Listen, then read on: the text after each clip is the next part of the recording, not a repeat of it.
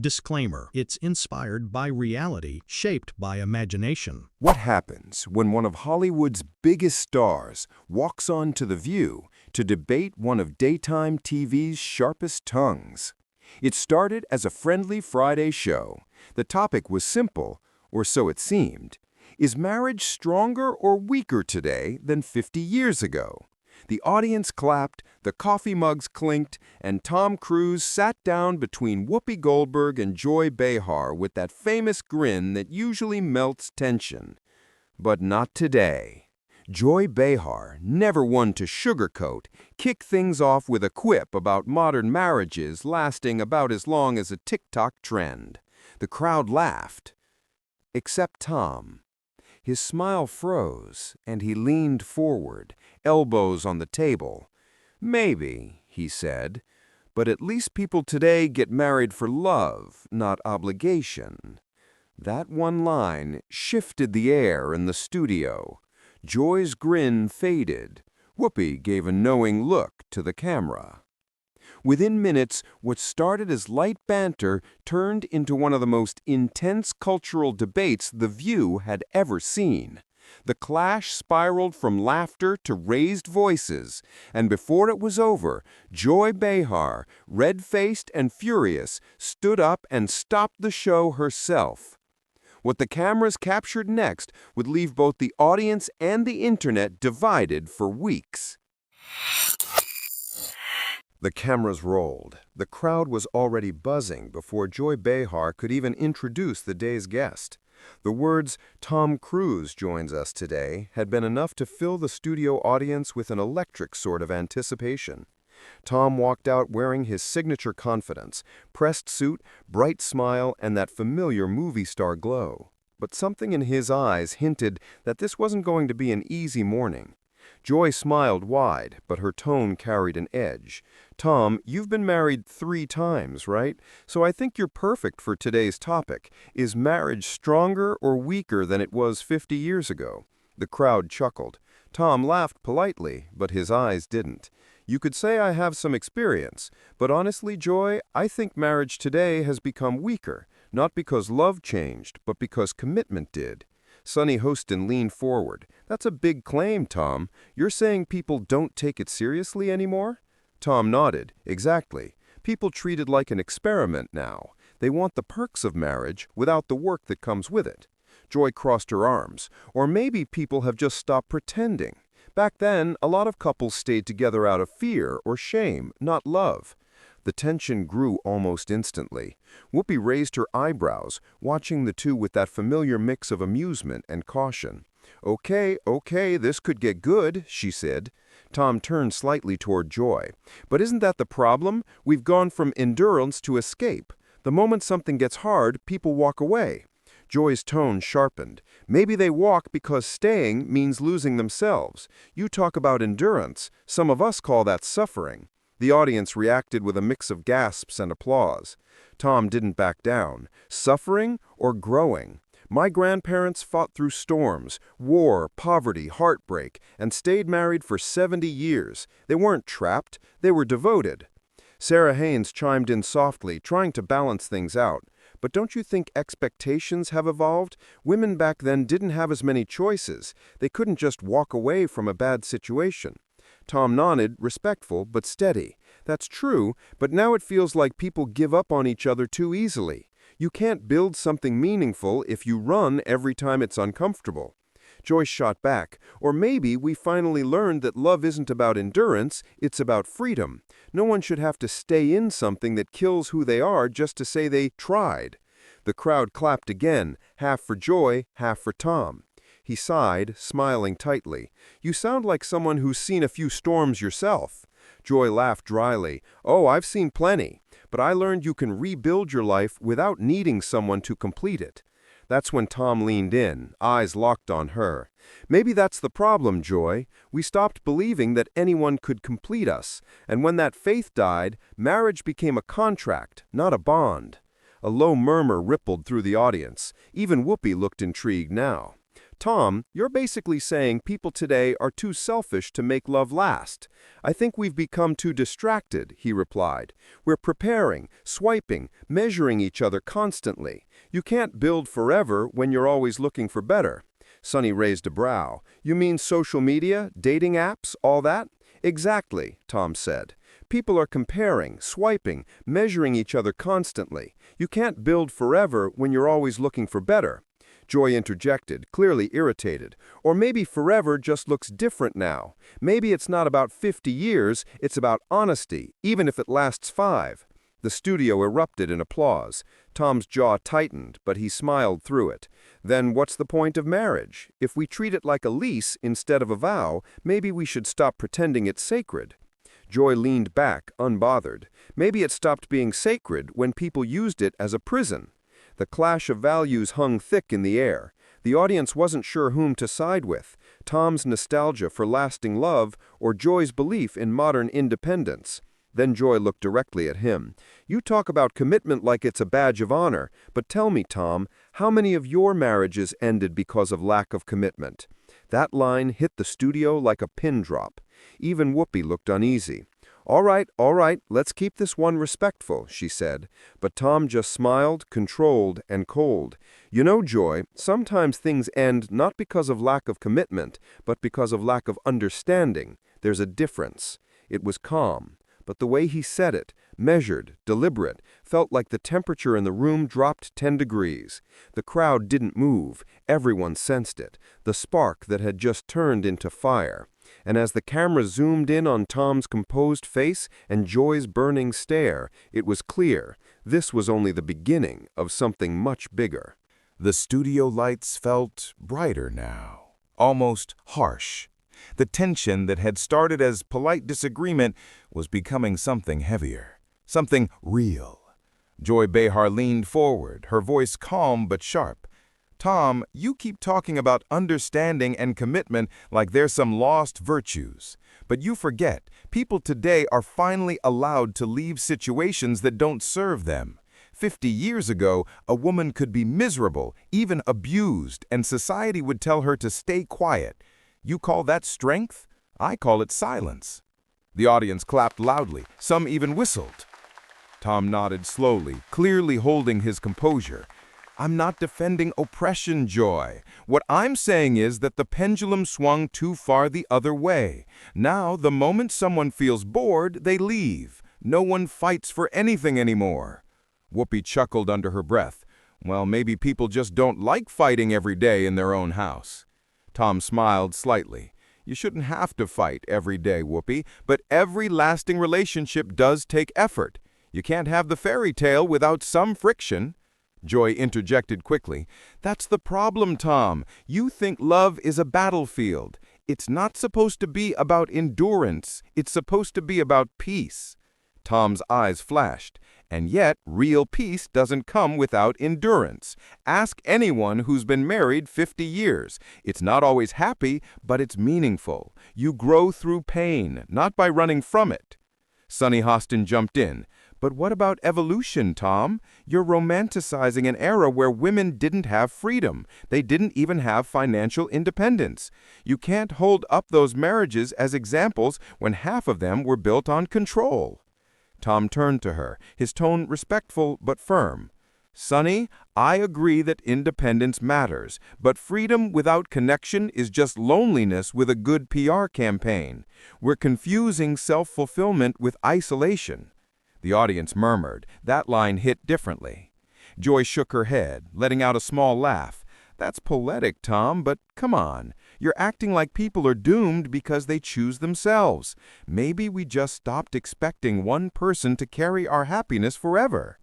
Tom leaned forward, and maybe that's exactly why so many people are unhappy, because we stopped believing in something bigger than ourselves. For a moment, no one spoke. The crowd was silent, waiting. Then Joy said slowly, You sound like someone chasing an idea that doesn't exist anymore. Marriage isn't a holy vow now. It's a partnership, equal, practical, human. Tom's reply was quiet but cutting. Maybe that's the saddest part, that we took something sacred and turned it into a business arrangement. Whoopi raised her eyebrows. Sacred, huh? You mean like Hollywood sacred? The crowd laughed. Even Joy smiled at that one, but Tom didn't flinch. He looked straight at Whoopi. You can mock it all you want, but I believe in it. Just because something is hard doesn't mean it's meaningless. Sunny crossed her arms. So what, you think people today are lazy? That we just don't have the emotional stamina your grandparents had? Tom nodded slightly. I think we've lost patience. Everything's instant now. Food, entertainment, even love. If it's not perfect right away, we swipe left. That's not progress, it's avoidance. Joy leaned back, exhaling. Tom, maybe you're just nostalgic. You grew up in a different world. People married young, stayed in the same town, worked one job for decades. That world doesn't exist anymore. Tom looked at her, almost softly. Maybe that's the problem. It doesn't exist because we stopped believing it could. The audience murmured again. Joy smiled tightly. You can't just believe your way into a better world. You have to adapt. You think people are happier staying stuck out of tradition? Ask the millions of women who finally found peace after leaving their husbands. Tom replied calmly, I think some found peace, but many found emptiness. You can't build a society on temporary love. It's like trying to build a house on sand. Temporary love? You mean freedom. People change. Love changes. Sometimes letting go is the most loving thing you can do. Or it's the easiest. That hit hard. The crowd gasped again, half clapping, half booing. Whoopi quickly tried to ease the moment. Okay, before we start World War III on this stage, let's take a breather. When we come back, we'll let the audience weigh in. The camera panned over the set as the lights dimmed for commercial break, but the look between Tom and Joy lingered. Neither of them blinked, neither looked away. Whatever was about to happen next, it was clear the debate hadn't even reached its peak yet. When the show returned from break, the studio air felt charged. The audience sensed it too. The polite smiles were gone. The mug sat untouched. Joy Behar adjusted her glasses and gave a tight smile to the camera, but her voice had that edge viewers recognized. Before the break, Tom Cruise told us modern marriage is too disposable. I say it's just more honest now. Let's see if we can agree on something before we break up ourselves. The crowd chuckled lightly. Tom smiled faintly, but his eyes didn't soften. Joy, I don't think honesty means giving up. My parents were married 50 years. They fought, sure, but they stayed. My mom used to say love is what you do on the bad days. He paused, glancing down for a moment, and the tone shifted. When she got sick, my dad took care of her every single day until she passed. He never left her side. That kind of loyalty, that kind of love, doesn't just happen anymore. People today would call that codependency. I call it devotion. The audience fell quiet. You could hear the hum of the cameras. Joy waited a moment before speaking. That's a beautiful story, Tom. But maybe your parents' love isn't the standard, it's the exception. Not everyone gets that kind of loyalty. Some people stay and it destroys them. Some people leave and finally breathe again. Tom nodded slowly, but his words carried weight. Then maybe we shouldn't throw away the ideal because people abused it. Marriage used to be a promise. Now it's a performance. Sonny Hostin leaned in. But Tom, you're talking about a different time. People got married because they had to. Society punished single mothers, divorced women, anyone who didn't fit the mold. What you're calling commitment sometimes was just fear. Tom's tone softened, but his words carried weight. Then maybe we shouldn't throw away the ideal because people abused it. Marriage isn't supposed to trap anyone, it's supposed to be a choice you protect. Joy folded her arms. Protect from what exactly? From real life? From change? Look, I was married once. Great man. But I realized I loved my freedom more. That doesn't make me broken, it makes me honest. Tom turned to her, sincere now.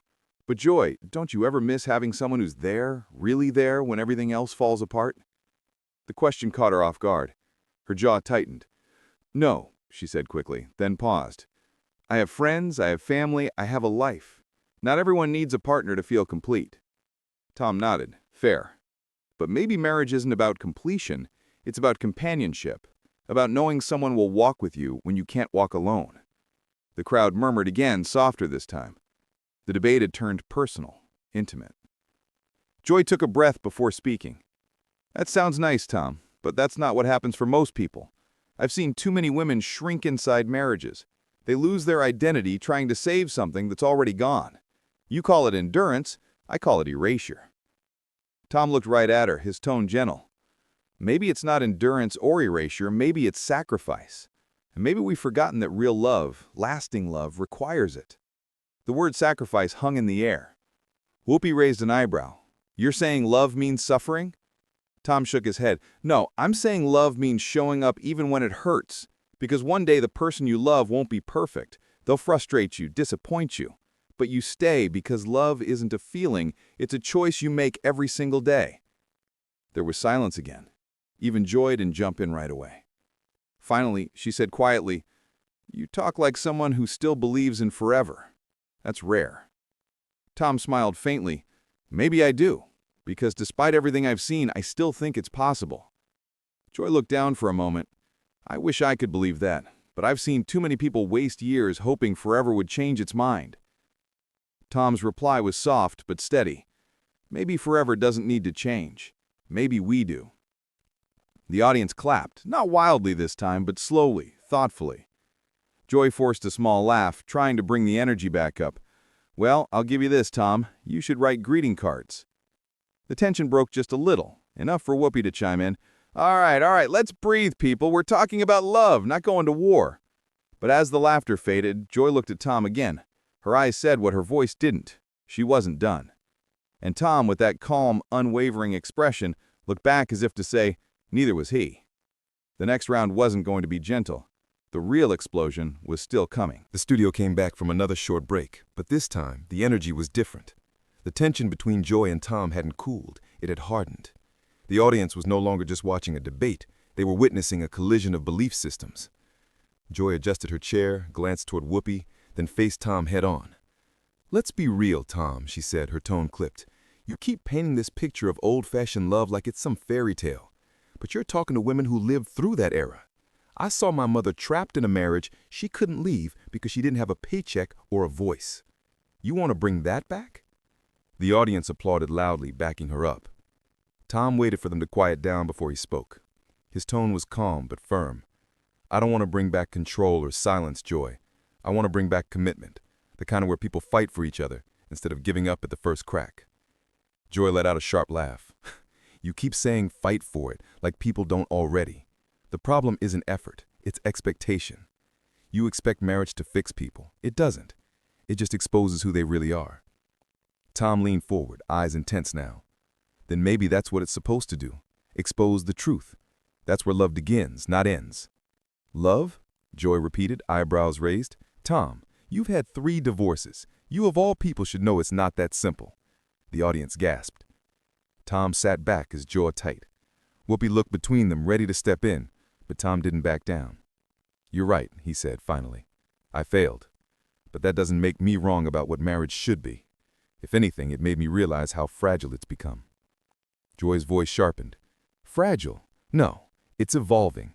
We're done pretending a ring guarantees respect or happiness.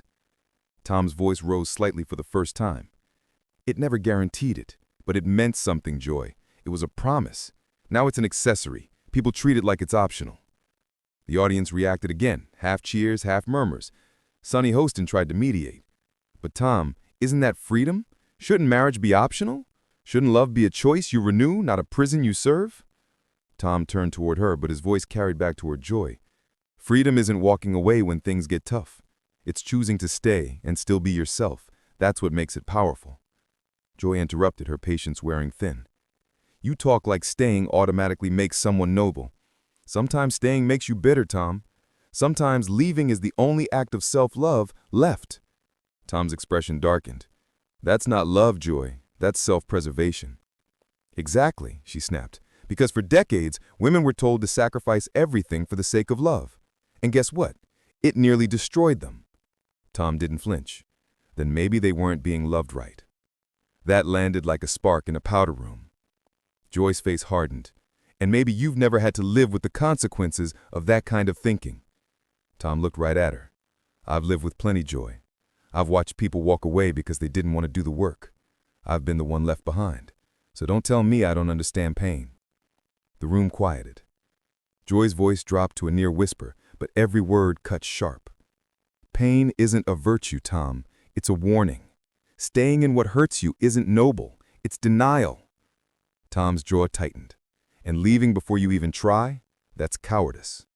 The crowd gasped this time. Whoopi raised her hands. Okay, we're not doing this," she said quickly, but neither of them stopped. Joy leaned forward, eyes blazing. "You think calling people cowards makes you right? You're talking from a place of privilege. You had choices. Not everyone does." Tom's tone cracked, part anger, part heartbreak. "And you think throwing away love like it's disposable makes you strong? No, Joy, it just means you stopped believing in the very thing that gives life meaning." Joy slammed her hand lightly on the table. "Don't you dare tell me what gives life meaning. I've built a career, a family, a name, without anyone's permission. I don't need a man to validate my strength." Tom stood suddenly, the chair scraping against the floor. The audience gasped again. "That's not what I said. But you're proving my point. We've turned independence into isolation. We're proud of being alone like it's an achievement." Joy shot back, standing too. "And maybe it is, because being alone and whole is better than being married and miserable."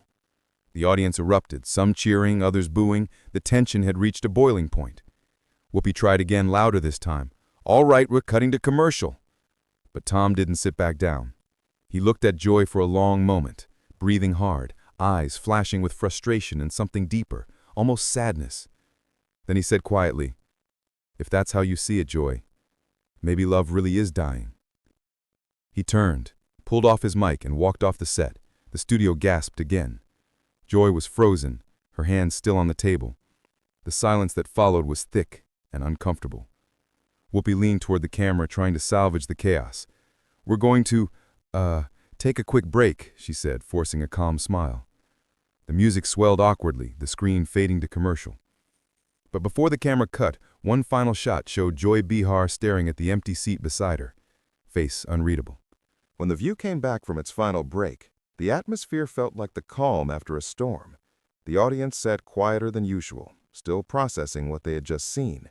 Joy Behar was back in her seat, sipping from her mug, her expression composed but distant. The chair that had belonged to Tom Cruise was empty. Whoopi Goldberg leaned forward and spoke first, her voice gentle but measured. "Well, things got a little heated before the break," she said, giving the camera a half smile. "But that's what happens when people care about what they're talking about. Love, marriage, it's not a simple thing. It never was." The audience gave a small, uncertain clap. Joy nodded, exhaling slowly. "You know," she began, "we can disagree about marriage all day long, but what you saw out there, what happened with Tom, is passion. He believes in something deeply, and I respect that. I just believe differently." There was a quiet honesty in her voice now. "I grew up watching women stay because they didn't have a choice. My mother stayed, my grandmother stayed, and I promised myself I wouldn't live that way. So yeah, maybe I sound harsh when I talk about independence, but that comes from a lifetime of watching people lose themselves." The audience stayed silent, listening closely. Sonny Hostin placed a hand on Joy's shoulder. "That's fair, Joy. But I think what Tom was saying, the part underneath all that fire, is that maybe we lost something too. Maybe in finding our freedom, we lost the patience to build something that lasts." Joy gave a small, thoughtful smile. "Maybe. Or maybe we just found new ways to love." Whoopi jumped in, easing the tension with her trademark humor. "Look, I've been married, divorced, and everything in between. At this point, my only commitment is to my slippers." The audience laughed, breaking the heaviness. Ana Navarro leaned forward, nodding. "But you know what's interesting? That debate about marriage being stronger or weaker, it says a lot about how the world's changed. 50 years ago, this conversation wouldn't even happen on TV. Now people actually talk about it. That's progress, too." The camera slowly panned across the panel as each woman reflected in her own way. Joy looked toward the empty chair one more time. "I'll say this," she said softly. "Tom's got conviction, and whether you agree with him or not, You have to admire someone who still believes in forever. It's rare. There was a beat of silence. The audience clapped gently, this time not out of excitement, but respect. Whoopi gave Joy a knowing smile. So are we inviting him back next week? Joy laughed, shaking her head. Maybe after I've had a drink. The laughter rolled through the studio, loosening the tension that had filled the room just minutes earlier. But as the segment wrapped, the camera caught Joy glancing again toward the backstage curtain where Tom had walked out. There was something thoughtful in her expression, not regret exactly, but curiosity. When the show ended, the clip spread online within hours. Hashtags like Tom versus Joy, The View meltdown, and marriage debate trended across social media. Viewers were split. Some praised Tom for defending traditional values, others applauded Joy for standing up for independence. Clips of their most explosive exchanges racked up millions of views, but so did Tom's softer words about his parents and Joy's quiet reflection afterward. Even late-night hosts picked it up, joking about the day The View turned into marriage counseling for America. But beneath all the noise, something deeper lingered. The clash had touched a nerve, a generational wound about what love means now and what it used to mean then. And as the episode replayed across screens everywhere, people didn't just pick sides. They talked. They remembered. Some even called their spouses. Because in that fiery argument, Joy Behar and Tom Cruise had reminded everyone of something simple but powerful, that love, no matter how you define it, still matters enough to fight for.